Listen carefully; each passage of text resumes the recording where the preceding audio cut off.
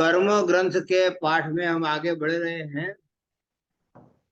इसमें पहले कर्म ग्रंथ का अभ्यास चालू किया था। पहले कर्म ग्रंथ में प्रकृति बंध, रस बंध, स्थिति बंध और प्रदेश बंध। उसके बाद में हमने लिया था ज्ञान गुण के ऊपर ज्ञानावरणीय कर्म।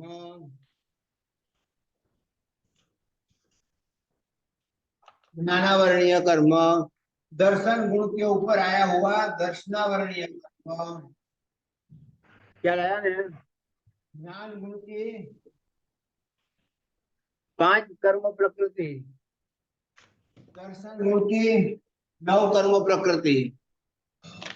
अब यथाख्यात स्वरूप जो आया है, यथाख्यात स्वरूप मतलब आत्मा का ओरिजिनल स्वरूप जिसको बोल सकते हैं। क्षमा, समता, नम्रता, सरलता, निर्लोभिता वगैरह जो गुण है, उसका ज्ञान, उसका भंडार जिसको बोल सकते हैं, वैसा ये यथाख्यात स्वरूप बोलो, यथाख्यात चारित्र बोलो, दोनों भी कर सकते हैं, दोनों कह सकते हैं। और उसके ऊपर आया हुआ ये कर्म जो है, अब आपको क्षमा का आचरण करना था, क्षमा का आचरण नहीं किया तो आया कौन सा? क्रोध आया। सरलता का उपयोग करना था, सरलता के गुण का ही आचरण करना था, उस आचरण का उपयोग नहीं किया तो माया कपट आ गई। इस तरह से एक एक गुण के आचरण से विरुद्ध हमने जो कार्य किया, इसके कारण कर्म लगा, कर्म बंद हो गया। कर्म बंद हुआ मतलब आत्मा के ऊपर कार्बन वर्गणा के पुद्गल परमाणु आश्रव के रूप में आए और कसाई और लेशिया का रस इसमें मिला और मिल करके एक मेक हो गया। अब आत्मा और कर्म का दोनों का एक मेकीकरण हो गया। इस तरह से यहाँ पर ये बंद हुआ। तो ये बंद का यहाँ पर नाम क्या दिया है? मोहनीय।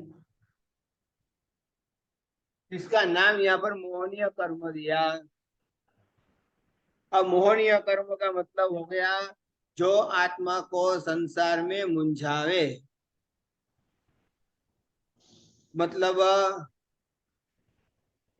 ये करो कि ये करूं, ऐसा करूं कि ऐसा करूं, कैसे करूं, क्या करूं, कितना करूं, किस प्रकार का करूं, ऐसे अनेक प्रश्न इसके अंदर आ सकते हैं। राग करता हूं तो रागी बनता हूं, द्वेष करता हूं तो द्वेषी बनता हूं। अब राग द्वेष करूं कि ना करूं, क्रोध करूं या मान अभिमान करूं या माया कपट करूं या सरलता का उपयोग करूं। मतलब आत्मा जो है, आत्मा को परेशान करने वाला कोई कर्म हो, ज्यादा से ज्यादा परेशान करने वाला कोई कर्म हो तो मोहनीय कर्म है। मोहनीय कर्म मतलब 8 कर्म का राजा जिसको बोल सकते हैं, 8 कर्म का राजा बोल सकते हैं। ऐसा ये जो मोहनीय कर्म है, उसकी कर्म प्रकृति कितनी है? 28। 28 कर्म प्रकृति है। अब ये 28 के अंदर देखने जाएंगे, अलग अलग विभाग करेंगे तो अलग अलग विभाग के अंदर यहाँ पर आप देखेंगे ये मोहनीय कर्म, बरोबर है। इसका ये 2 पार्ट पड़ गए। एक तो हो गया दर्शन दर्शन मोहनीय, दूसरा हो गया चारित्र मोहनीय। चारित्र मोहनीय। क्या है? दर्शन मोहनीय कर्म का काम है श्रद्धा नहीं होने देना, जिनेश्वर परमात्मा के वचन पर श्रद्धा न होने देना, ये दर्शन मोहनीय कर्म का काम है। जो त्यागी तपस्वी पंच महाव्रतधारी साधु है, उनको साधु न मान करके, जो रागी द्वेषी साधु है, जो गंगा के किनारे बैठे बैठे बैठ करके जो आशीर्वाद देते हैं, ऐसे साधु को साधु मानना और ऐसे साधु का, ऐसे भगवान का धर्म मानना, ये कहाँ है? दर्शन मोहनीय। अब चारित्र मोहनीय में क्या है? क्रिया रुचि जीव नहीं होगा, क्रिया पसंद नहीं पड़ेगी। अब जिसका दर्शन मोहनीय कर्म उदय में है, उसको श्रद्धा नहीं होगी, और जिसका चारित्र मोहनीय कर्म उदय में है वो क्रिया रुचि नहीं बनेगा। अब इसमें परसेंटेज कम हो गया, दर्शन मोहनीय कर्म का परसेंटेज कम हुआ तो मानेंगे जरूर, पर चारित्र मोहनीय कर्म उदय में है, ज्यादा उदय में है, तो क्रिया नहीं करेगा, क्रिया नहीं कर पाएगा। भगवान की बात को मानने में तैयार है, मैं मानने को तैयार हूँ, ना नहीं है, परंतु मेरे से क्रिया नहीं होगी। क्षणिक महाराजा मानते जरूर थे, सिद्धांत को मानते जरूर थे, भगवान की बात सही लगती थी, परंतु आचरण में जीरो था। श्रीपाल और महीना के जीवन में भी आप देखोगे, श्रीपाल को श्रद्धा हो गई है। श्रीकांत था, पूर्व जन्म में श्रीकांत राजा था, तब उनको श्रद्धा नहीं थी, पर जब दूसरे जन्म में श्रीपाल बना है और श्रीपाल के जन्म में जब आया है, तब उनको श्रद्धा हुई है।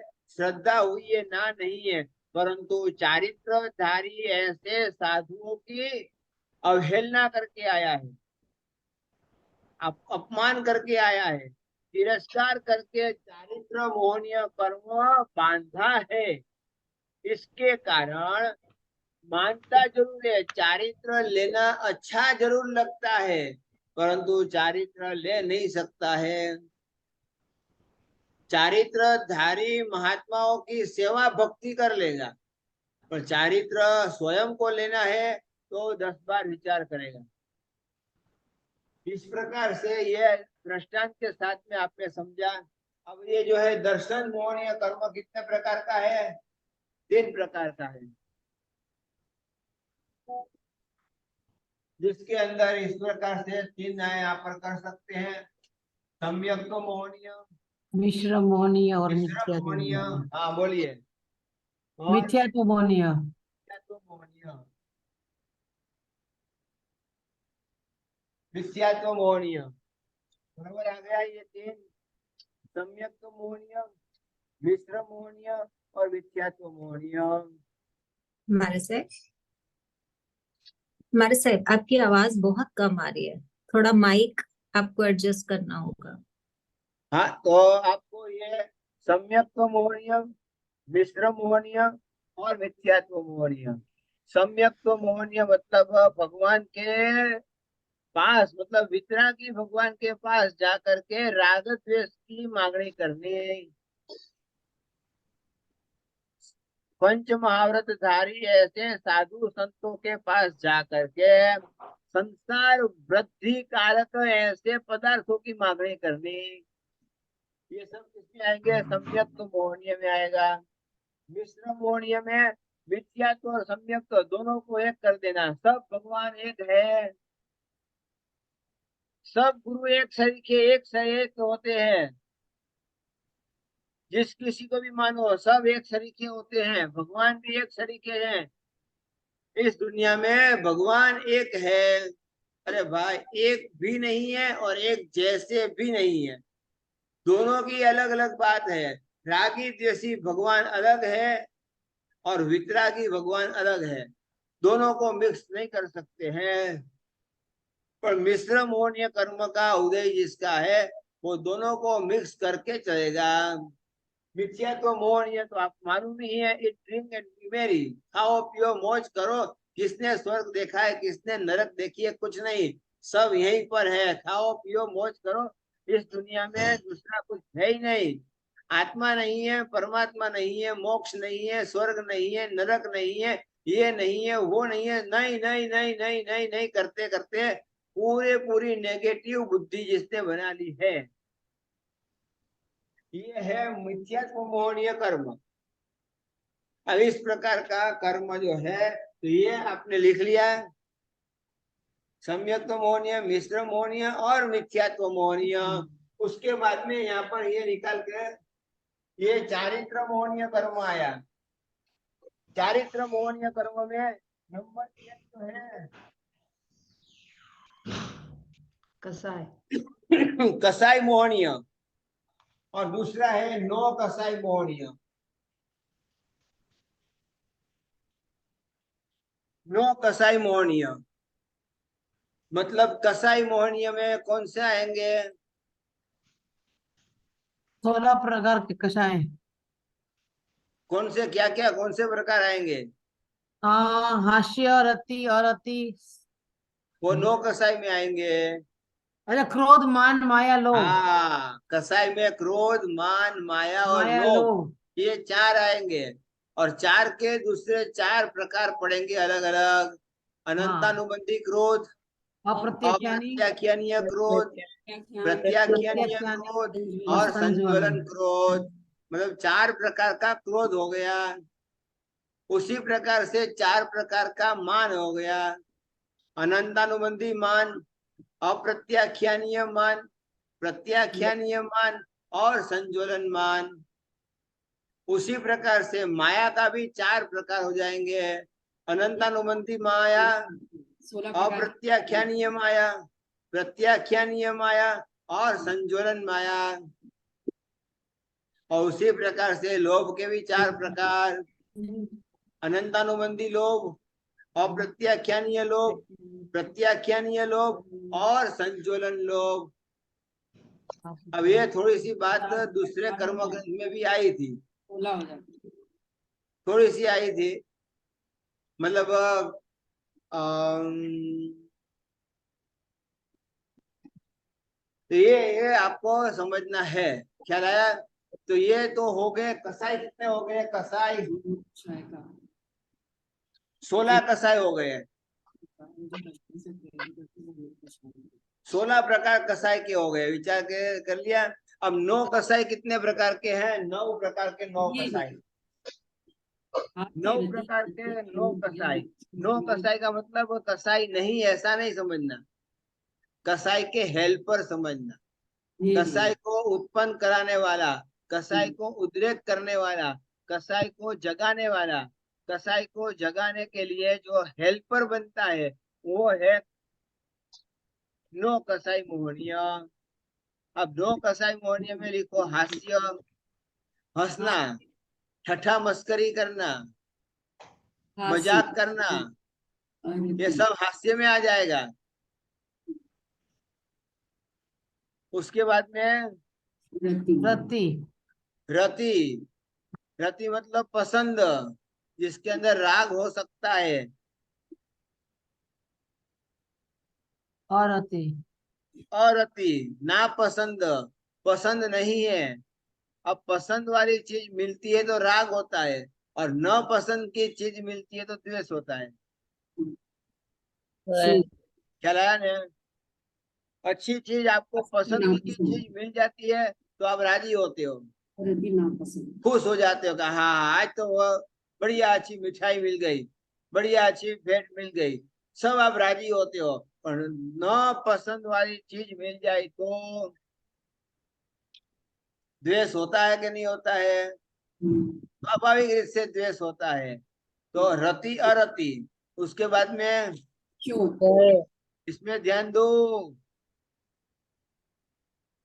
रति अरति के बाद हास्य, रति और अति। शोक। इसके बाद वही शौक, खूब अच्छा। एक एक बोलो, मेरे को याद नहीं वही रहता है। वही वही। भय। शोक। भय मतलब क्या? डर। डर लगता है कि नहीं? किसको डर नहीं लगता है? भय ले लिया, शोक बाद में। सांप को डर लगता है कि पाप को डर लगता है? नाम तो वही आगे पीछे कर दो तो कर दो। कौन? सांप को। सांप से डर लगता है कि पाप से डर लगता है? सांप से, सांप से। हाँ। सांप से डरते हो, पाप से नहीं डरते हैं। पाप तो कर लेते हैं। सांप से डरते हो, सांप से दूर भागते हैं। मतलब डर जरूर लगता है। जिससे डरना चाहिए उससे डर नहीं लगता है, जिससे डर नहीं लगना चाहिए उससे डर लगता है। ये परिस्थिति हमारी होती है। भय की, भय की ग्रंथि अंदर पड़ी हुई है, भय लगा हुआ रहता है। तो ये भी मोहनीय कर्म का ही है। भय लगता है तो आपको गुस्सा आता है कि नहीं आता है? सांप से भय लगा तो क्या करोगे? लकड़ी उठाओगे, भाग यहां से, जाता है कि नहीं आता है? सीधी बात है। जिससे डर लगता है उससे आप छूटने की कोशिश करोगे, उसको क्रोध करके भगाने की कोशिश करोगे, उसको मान अभिमान करके भगाने की कोशिश करोगे, प्रयत्न करोगे। ऐसे ही मतलब भय से भी क्रोध जगता है, भय के द्वारा भी मान अभिमान जगता है, और भय लगता है तो कभी माया कपट भी करते हो कि नहीं? पतिदेव से डायरेक्ट पैसे नहीं मांग सकते हो तो क्या करना? इनडायरेक्टली मांगना। हाँ, इनडायरेक्टली मतलब खिड़की पर पेंट लटका हुआ है, उसकी जेब में से निकाल करके होता है। घर संसार में ऐसा होता है, आप ना कहो, कितना भी ना कहो, पर होता जरूर है। और दिल्ली में नहीं होता हो तो अलग बात है, बाकी होता जरूर है। क्योंकि मेरे पतिदेव ने, पतिदेव मेरे है ने, क्यों ना लूं? उसमें माया कपट नहीं, नजर नहीं आती है, परंतु होता है। तो ये है, कभी कभी भय के कारण माया कपट भी आती है, लोभ भी आता है। तो इसके कारण भय, भय के बाद में कहाँ चले गए? शोक। शोक मतलब दुख। शोक लगता है कि नहीं लगता है? कोई अपना रिश्तेदार चले गए तब अपने को शोक लगता है, हाँ, ये शोक है। दुख में जिंदगी बीतती है, और उसके बाद में जुगुप्सा। जुगुप्सा। जुगुप्सा मतलब क्या? क्या सा? हाँ, जुगुप्सा मतलब क्या? आश्चर्य। हाँ, जिज्ञासा। आश्चर्य मतलब यहाँ पर होता है क्या कि भाई एक बार जो कार्य कर लिया है उसके प्रति आपकी दुर्गंछा। दुर्गंछा मतलब वापस ये पाप नहीं करूंगा, ऐसी आपकी प्रतिज्ञा होनी चाहिए। परंतु ऐसी प्रतिज्ञा होती नहीं है, और बार बार वही पाप करते रहते हैं। उसका नाम है जुगुप्सा। भाई से बार बार वही का वही पाप करते रहना। पूर्ण करना। शीला हमारे बेन, से आपका इसको बंद रखिए, शीला बेन। इसको गिल्ट बोल सकते हैं हमारे से, जुगुप्सा को। हाँ हाँ हाँ गिल्ट। गिल्ट। हाँ, गिल्टी गिल्टी बोल सकते हैं, ना नहीं है।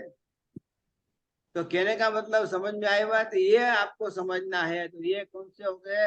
हास्य, रति, अरति, भय, शोक और दुर्गंछा, जुगुप्सा। ये 6 तो हो गए। उसके साथ में आ गए स्त्री वेद, पुरुष वेद और नपुंसक वेद। 9 हो गए। स्त्री वेद, पुरुष वेद, नपुंसक वेद। नपुंसक वेद। अरे शीला बेन, आपका बंद रखो भाई, क्यों ऐसा करते हो? डिस्टर्ब होता है। आया बात समझ में? स्त्री वेद, पुरुष वेद और नपुंसक वेद, ये 3 वेद है। वेद के अंदर भी स्त्री को भोगने की इच्छा पुरुष वेद है, पुरुष को भोगने की इच्छा स्त्री वेद है, और दोनों से भोगने की इच्छा जो है वो है नपुंसक वेद। तो ये सेक्स की बात आई यहाँ पर। तो ये जो भोग की इच्छा होती है, अब ये कहाँ पर नहीं है, कौन सी गति में नहीं है? ये तीनों तीनों वेद कौन सी गति में नहीं है? सब गति में तीनों वेद है। चाहे तिर्यंच गति में जाओ, नरक गति में जाओ, देव गति में जाओ, या कहीं पर भी जाओ, ये तीनों वेद सब जगह पर रहा हुआ है। मतलब पूरे संसार का चक्र चलाने वाला कोई कर्म हो तो एक मोहनीय कर्म है। संसार चलाने वाला, संसार बढ़ाने वाला, संसार की वृद्धि करने वाला, संसार को बिगाड़ने वाला कोई कर्म हो तो एक मोहनीय कर्म है। मोहनीय कर्म के आधार पर ही संसार चलता है। तो हो गया ये 16 तो कसाई हो गए, 6 और 3 9 कसाई हो गए। कितने हो गए? 16 प्लस 9 28। 28 हो गए। क्यों?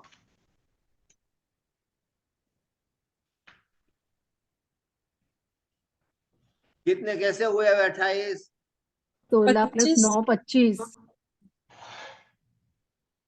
28 कैसे हुए? 16 16 प्लस 9 कितने होते हैं? 28 25 बोले, 28 बोले उनको भेजो वापस स्कूल के अंदर।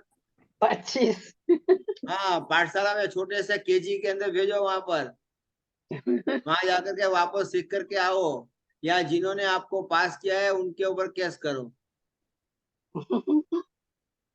16 + 9 जो है 25 होता है।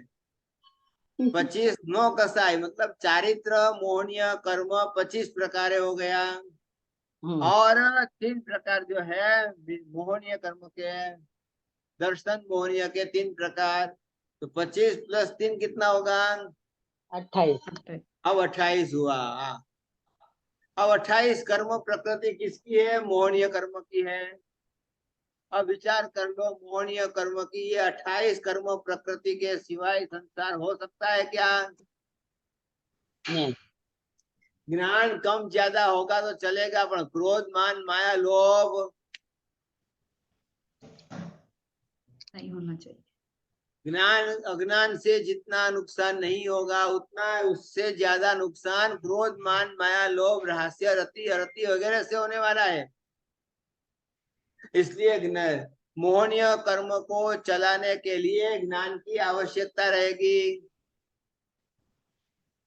किसी का कोई प्रसंग भी याद रखना है तो ज्ञान में याद रहेगा कि मोहनीय में याद रहेगा? ज्ञान में।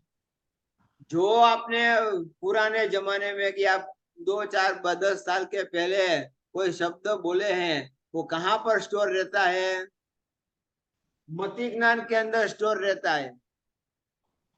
मति ज्ञान के अंदर ये स्टोर रहता है। अब मति ज्ञान में बंदित स्टोर रहेगा कि किसी के कसाई के निमित्त याद रहेंगे? कसाय के निमित्त। नहीं बोलेंगे, पक्के बनी है। कसाय के निमित्त साहब जी। कसाई के निमित्त जितने जितने ज्ञानावरणीय कर्म में ज्ञान के अंदर भरे पड़े हैं, उससे कितने कम ज्यादा है हमारे पास में मेमोरी जो है अच्छे ज्ञान के लिए भरने के लिए। बहुत कम मेमोरी हमारे पास में हमने बाकी रखी है।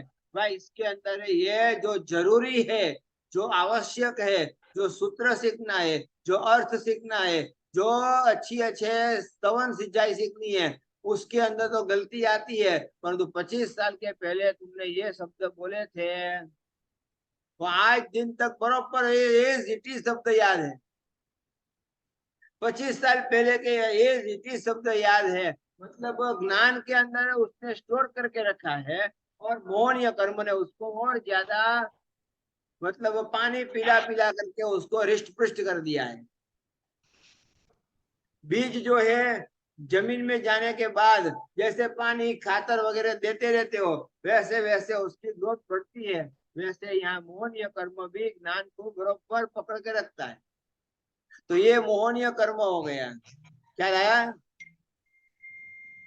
तो ये मोहनीय कर्म के बाद में ये अनंत वीर्य शक्ति। अब शक्ति का उपयोग कहाँ पर करना है? क्रोध में शक्ति का उपयोग जरूरी है कि क्षमा में शक्ति का उपयोग जरूरी है? क्रोध में यदि आपने शक्ति का उपयोग किया तो मोहनीय कर्म का बंध होगा, और क्षमा में यदि आपने शक्ति का उपयोग किया तो मोहनीय कर्म का क्षय होगा। सीधी बात है। सरलता में भी शक्ति का उपयोग जरूरी है कि नहीं है? अब बोलना आसान है कि मौन रखना आसान है? बोलना आसान है कि मौन रखना आसान है? बोलना। बोलना आसान है, क्योंकि मोहनीय कर्म पड़ा हुआ है। मोहनीय कर्म के अंदर सब बातें पड़ी हुई है। अब कोई हाथ भी होता है, कोई पैर भी होता है, कोई धड़ भी होता है, कोई मालूम नहीं पड़ता है। बोलना मतलब बोलना। अरे भाई कौन से विषय पर बोल रहे हो, कहाँ बोल रहे हो, कैसे विषय है, कौन सा निमित्त है, कुछ भी नहीं देखना। बोलना है मतलब बोलना है।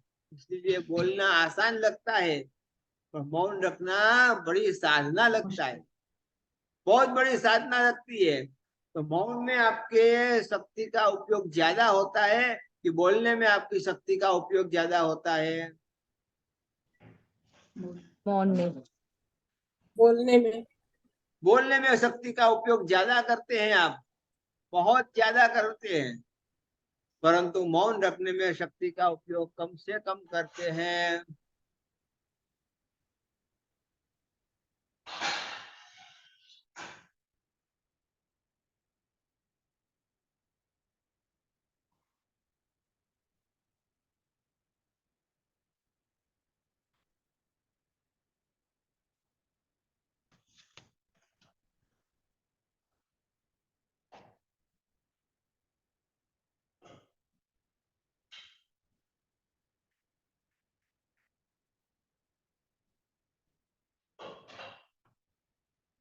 क्या कही थी तुझे?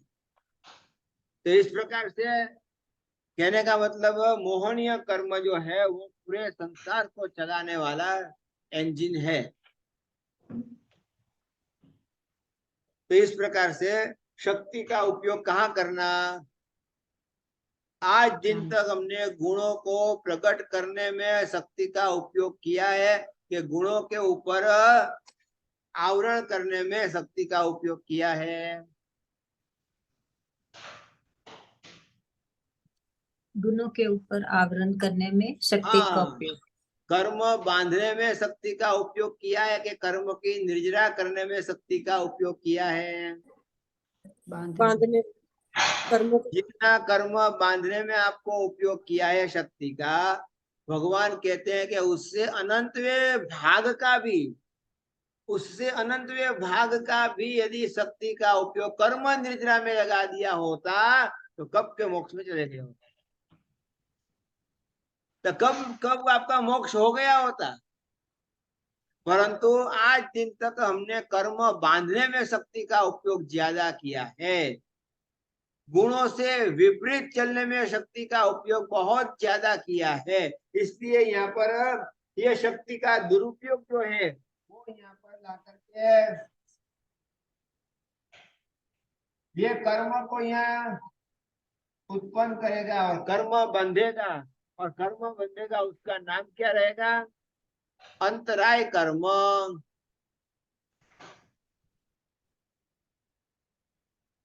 शक्ति के ऊपर आया हुआ कर्म जो है वो अंतराय कर्म है। अब आपकी शक्ति होते हुए भी, अनंत शक्ति का मालिक आत्मा होते हुए भी आप वो पूर्ण रूप से शक्ति का उपयोग नहीं कर पाओगे। अभी आपको पूछा जाए कि 17 माला के ऊपर से 17 फ्लोर से आपको जंप लगानी है, लगाओगे? नहीं लगाएंगे। नहीं लगाओगे, स्वाभाविक रूप से नहीं लगाओगे। परंतु घर में आग लग जाए तो खुद नहीं पड़ेगा, बचने का कोई रास्ता ही नहीं है, तो किसी भी लगाएंगे प्रकार साइड का में, बचने का रास्ता नहीं है। तो अब क्या करोगे? कूदना पड़ेगा। जंप लगाएंगे। सीधी सी बात हो गई। आग से बचने के लिए आप तुरंत इसका उपयोग कर लोगे। क्यों भाई?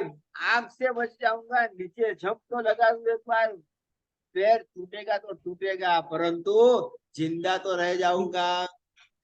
तो 17 माला से आपको जंप लगाने की शक्ति आपके अंदर है कि नहीं है? तो अभी आपको कहा जाए कि जंप लगाओ, तो अभी नहीं लगाओगे, अभी नहीं लगाओगे। क्यों?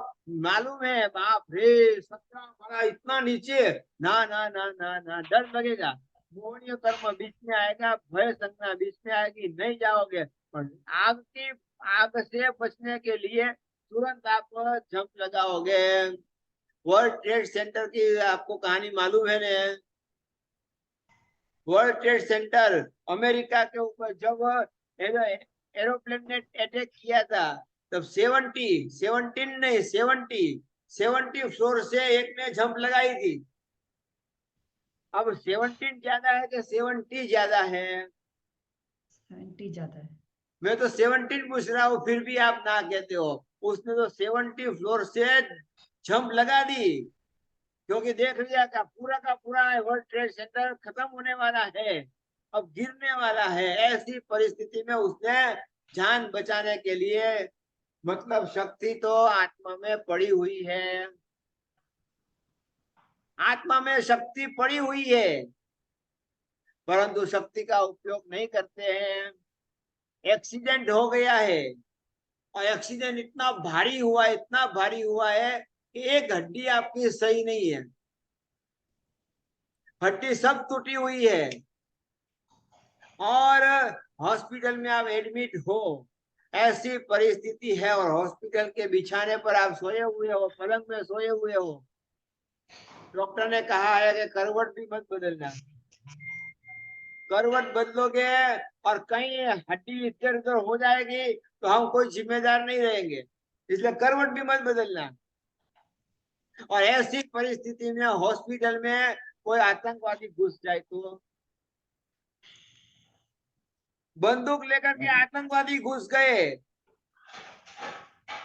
तो उठ के और सोते भागेंगे, रहोगे ना आराम से। भागेंगे साहब जी। डॉक्टर ने नाम कहा है, वो हिलना भाग नहीं, जाएंगे। नहीं, करवट बदलना नहीं, कुछ भी मत करना।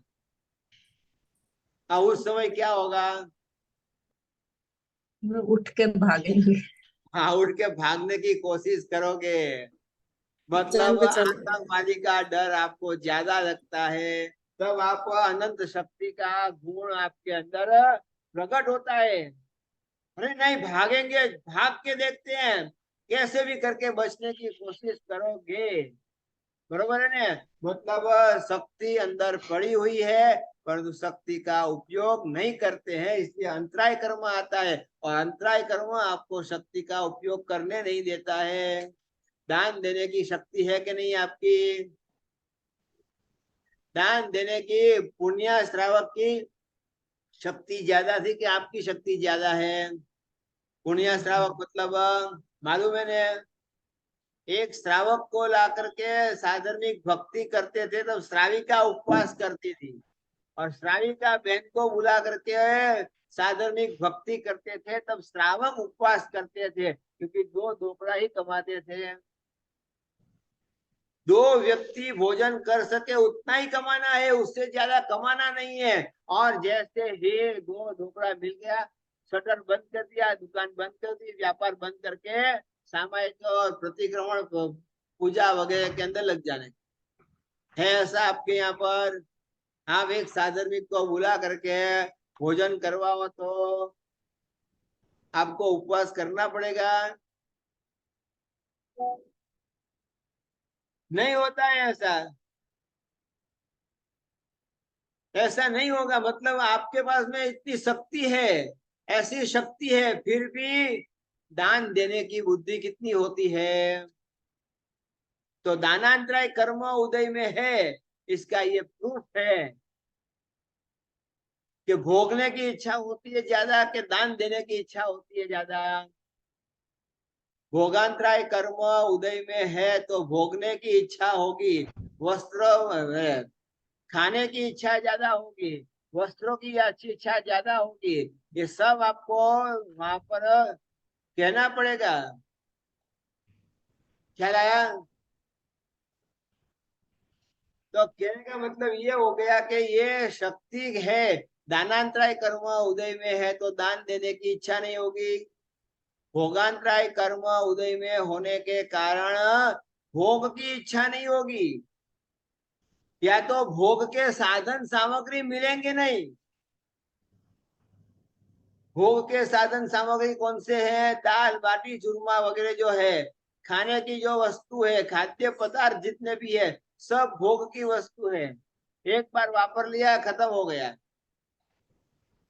और एक बार वापरने के बाद खत्म हो गया। जो जिसका भोगांतराय कर्म ज्यादा उदय में होगा उसको खाने पीने की चीज नहीं मिलेगी,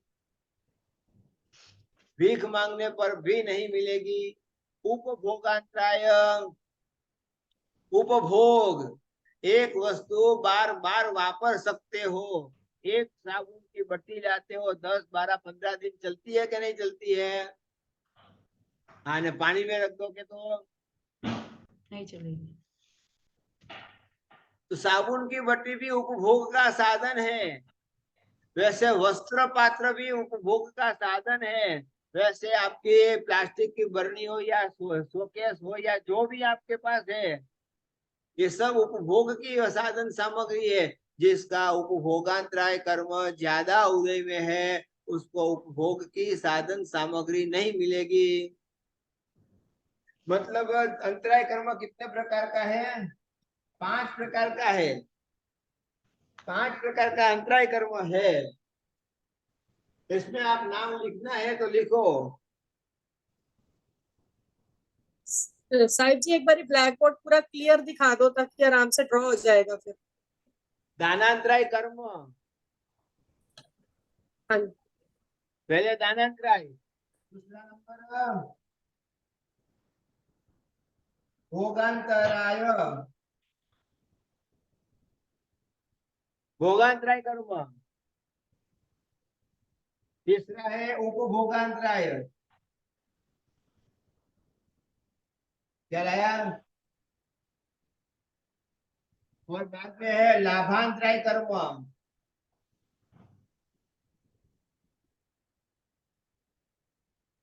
फर्क कर लेना, ये ऊपर लाना है। दानांतराय, लाभांतराय, भोगांतराय, उपभोगांतराय, क्रम थोड़ा फर्क फर्क कर देना। लाभांतराय कर्म, लाभांतराय कर्म जिसका उदय में है उसको लाभ देखते हुए भी नहीं होता है। साधु साध्वी को, कौन से साधु साध्वी को गोष्ठी के लिए भेजना? जिसका लाभांतराय कर्म उदय में न हो ऐसे साधु साध्वी को गोष्ठी के लिए भेजना। नहीं तो क्या होगा, लाभांतराय कर्म वाले साधु साध्वी गोष्ठी गए तो पात्रा खाली लेके आएंगे, मिलेगा ही नहीं। तो ये कहने का मतलब है लाभ नहीं होता है, लाभ दिखता है फिर भी लाभ नहीं होता है। व्यापार में भी आप देखते हो, व्यापार व्यवसाय के अंदर भी लाभ दिखता है, सामने दिखता है कि 10 लाख का व्यापार होने वाला है, 10 लाख का ऑर्डर मिलने वाला है, परंतु 25 मिनट के बाद में पूरी बाजी पलट जाती है, 10 लाख के आपके ऑर्डर कैंसिल हो जाता है। तो ये लाभांतराय कर्म जब उदय में है तब लाभ नहीं होने देता है। उसी प्रकार से लास्ट में आया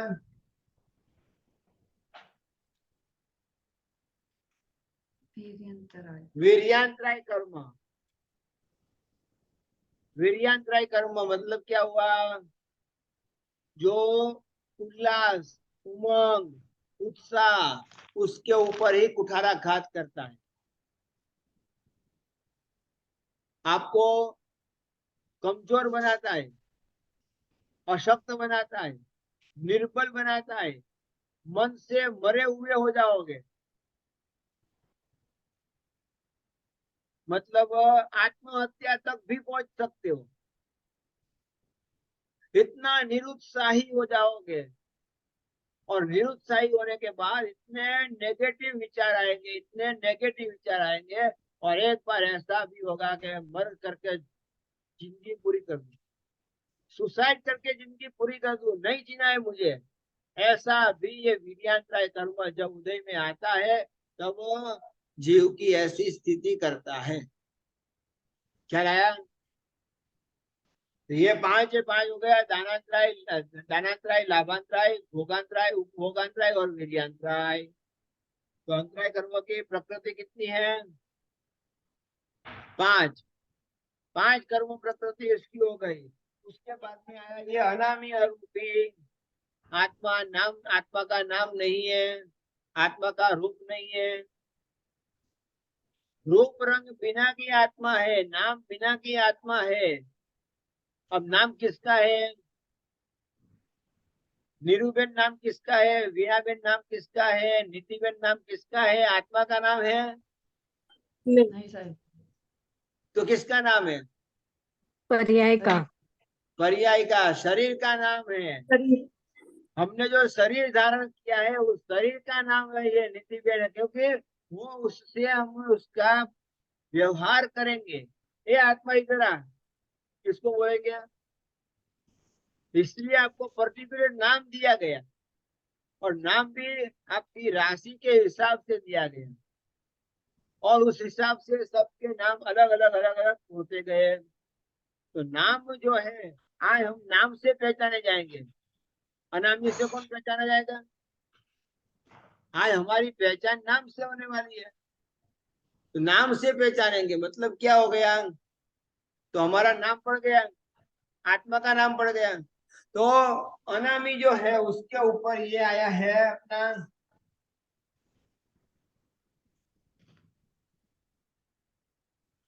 ये आया नाम कर्म, नाम कर्म आया। अब नाम कर्म ने हमको रूप दिया, रंग दिया, पर्याय दी, सब कुछ दिया, गंध दी, स्पर्श दिया, सब कुछ दिया, आकार प्रकार दिया,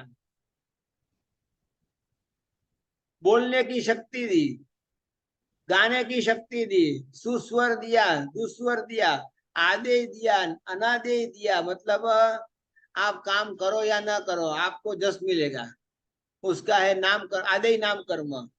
काम करके करके थक जाओगे, पसीना बहा बहा करके थक जाओगे, फिर भी कोई आपको मान सम्मान नहीं मिलेगा, वो है अनादेय नाम कर्म। आपको जस नहीं मिलेगा, आपको कीर्ति नहीं मिलेगी। कौवे को सुनना अच्छा लगता है कि कोयल को सुनना अच्छा लगता है? कोयल। कोकिल कंठी बोलोगे कि कौवा कंठी बोलोगे? ओके। गधा बोलता है तो कैसा लगता है? गाय बोलती है तो कैसा लगता है? सबके वोकल बॉक्स के अंदर फर्क है, सबके वोकल बॉक्स के अंदर फर्क है, देख लो। तो वोकल बॉक्स के अंदर फर्क है, तो सुस्वर नाम कर्म है, दुस्वर नाम कर्म है। इस प्रकार से ये नाम कर्म की सबसे ज्यादा कर्म प्रकृति है, क्योंकि सबसे ज्यादा शरीर के ऊपर काम करने वाला नाम कर्म है, शरीर का निर्माण कराने वाला नाम कर्म है, शरीर का बिल्डर जिसको बोल सकते हैं, वो नाम कर्म है। अब आपकी आंख कैसी देनी है, नाक कैसा देना, नाक का आकार प्रकार कैसा देना, कान का आकार प्रकार कैसा देना, होठ का आकार प्रकार कैसा देना, गाल का आकार प्रकार कैसा देना, गाल के मतलब पोपट की चांच देखो, और जो ऑल जो है ना ओवल, मतलब घुवड़ जिसको बोलते हैं, उसका नाक देखो, चाइनीज का नाक देखो, इंडियन का नाक देखो, अमेरिका का शरीर का कलर देखो और इंडियन कलर देखो, शरीर के कलर में फर्क है। दुबई में जाकर के देखोगे तो वहां के जो पर्टिकुलर दुबई के लोग हैं, वहां का वर्ण अलग है कि नहीं है? है साहिब जी। अफ्रीका में जाकर के देखोगे तो सब काले। सबसे ज्यादा फेयर एंड लवली कहाँ बिकेगी? इंडिया में। इंडिया में के जरूर कहाँ पर है? अफ्रीका में। हाँ देखो, मालूम है, सबसे ज्यादा अफ्रीका में जरूर है, पर वहां कोई लगाता नहीं है, इंडिया में वहां लगाते पर हैं। नहीं बिकती है, परंतु इंडिया में बिकेगी। क्यों इंडिया में बिकती है? इंडिया में बिकती है, इसका कारण क्या है? पुरानी अफ्रीका बिल्डिंग के को नहीं मूर्ख, बना दें, पुरानी बिल्डिंग को अफ्रीका नहीं बना दें। अफ्रीका के लोग मूर्ख है कि इंडियन लोग मूर्ख है? वो तो कैसे बोल सकते हैं साहिब जी, अपन भी इंडिया के ही हैं। नहीं बोलेंगे, पक्के हैं आप लोग। अफ्रीका के लोग मूर्ख नहीं है, वहां पैसे खरीद करके वो फेयर एंड लवली लगा लगा करके गोरे होने की कोशिश नहीं करते हैं, पर इंडियन लोग जो है वो गोरे बनने की कोशिश करते हैं। अरे इंडिया में भी भैंस है कि नहीं है? बफेलो लगाओ, बफेलो के ऊपर भी लगाओ, फेयर एंड लवली लगाओ, खूब लगाओ, बहुत लगाओ, क्या होगा? एक कुछ साल भी तक नहीं होगा सर। लगाओगे नहीं, 10 साल नहीं, 25-50 साल तक भी लगाओगे ना, बफेलो का कलर कभी गोरा नहीं होता है। क्या? क्योंकि नाम कर्म में से वर्ण लेकर के आया है, आप भी नाम कर्म से वर्ण लेकर के आए हो, फेयर एंड लवली लगा लगा करके चमड़ी का कलर बिगड़ा होगा, पर चमड़ी का कलर किसी का सुधरा हो ऐसा तो हुआ ही नहीं है, होता ही नहीं है। हाँ, पैसा कमाने वाला पैसा कमा के लेके जाता है, आपको मूर्ख बना करके पैसा कमा लेता है। और यहाँ पर ये ही है, तो नाम कर्म जो है वर्ण गंध रस स्पर्श, ये नाम कर्म में है। अब बाल का स्पर्श कैसा, किसी के बाल का स्पर्श करने जाओगे, अरे बाप रे, नहीं नहीं नहीं नहीं, छूना ही नहीं है इसको, ऐसा भी होता है। चमड़ी का स्पर्श भी अलग अलग प्रकार का होता है, किसी का ठंडा है, किसी का गर्म है, किसी का रुक्ष है, किसी का तैली है, ऑयली जिसका स्किन है, ऑयली स्किन। ऑयली स्किन है। अब किस किस प्रकार का, कहाँ कहाँ आप ढूंढने जाओगे, सब नाम कर्म का ये प्रकार है। अब यह जॉइंट्स, जॉइंट्स भी नाम कर्म के अंदर से आता है। ये अपनी एक हेड ऑफिस है, इतनी हेड ऑफिस, बरोबर है, इतनी सी हेड ऑफिस में नाक सबका एक जगह पर है कि नहीं है, आंख भी एक जगह पर है कि नहीं, कान भी एक जगह पर है कि नहीं, कपाल देखोगे, ललाट देखोगे, वो भी एक जगह पर है, होठ देखोगे वो भी एक जगह पर है, दाढ़ी देखोगे वो भी एक जगह पर है। एक सरीखी जगह पर इतनी हेड ऑफिस में सब एक सरीखा होते हुए भी एक दूसरे की शक्ल एक दूसरे से मिलती नहीं है। और शक्ल तो नहीं मिलती है, हंसना तो मिल जाएगा, हंसना भी सबका अलग अलग है, रोने का भी अलग अलग है कि नहीं है, है। सीधी बात है। रोना भी अलग है, हंसना भी अलग है, चलना भी अलग है, चलने में भी कौन किस प्रकार की चाल चलते हैं, कैसी चाल चलते हैं। एक बार गैलरी में खड़े रह करके देखने लगो देखने लगो देखने लगो, चाल कौन सी किसकी कितनी कितनी फर्क है, थोड़ा थोड़ा थोड़ा थोड़ा सबकी चाल में फर्क दिखेगा। पर वैसे चश्मा पहन करके बैठोगे तब दिखेगा। तो ये सब कहाँ से आता है, नाम कर्मों में से आता है। सब नाम कर्म के अंदर 103 कर्म प्रकृति लेकर के बैठा है ये। तो इसलिए आज हमारा नाम है, रूप है, रस है, गंध है, सब कुछ हमारे पास में है। आज सब कुछ हमारे पास में, मतलब नाम कर्म के कारण आज हम वर्ण गंध रस स्पर्श वाले हो गए, जो अनामी थे, जो अरूपी था, उतना ही किया है। और ऐसा होते हुए भी अनामी को भी नामी बना दिया, अरूपी को भी रूपी बना दिया। बनाया कि नहीं, किसने, नाम कर्म ने। नाम। नाम कर्म किसके जैसा है, चित्रकार के जैसा है।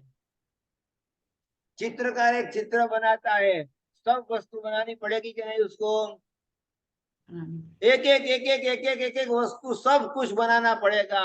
ये छोटा सा नेण भी है उसको भी बनाना पड़ेगा, तो वो भी किसके हिसाब से मिलेगा, नाम कर्म के हिसाब से मिलेगा। ये आईब्रो जो है, आईब्रो आपका सबका एक सरीखा है क्या, हो सकता है क्या, नहीं हो सकता है, क्योंकि नाम कर्म सबके अलग अलग है।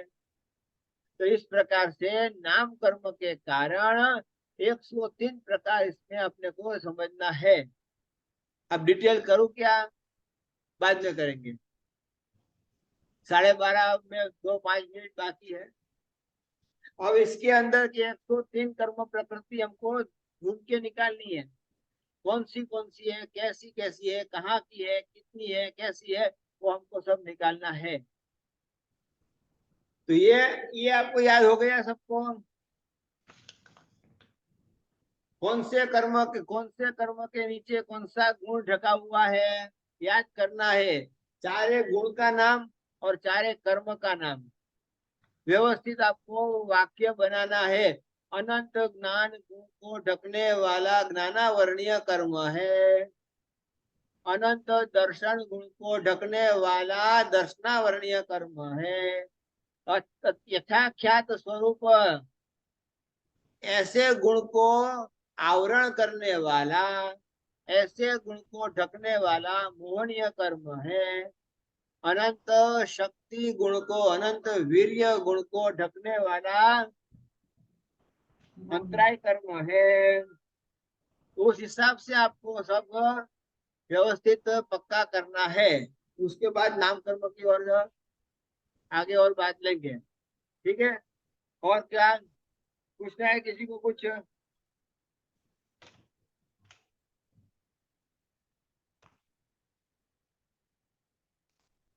किसी को कुछ पूछना है कि सर्व मंगल कर दूं?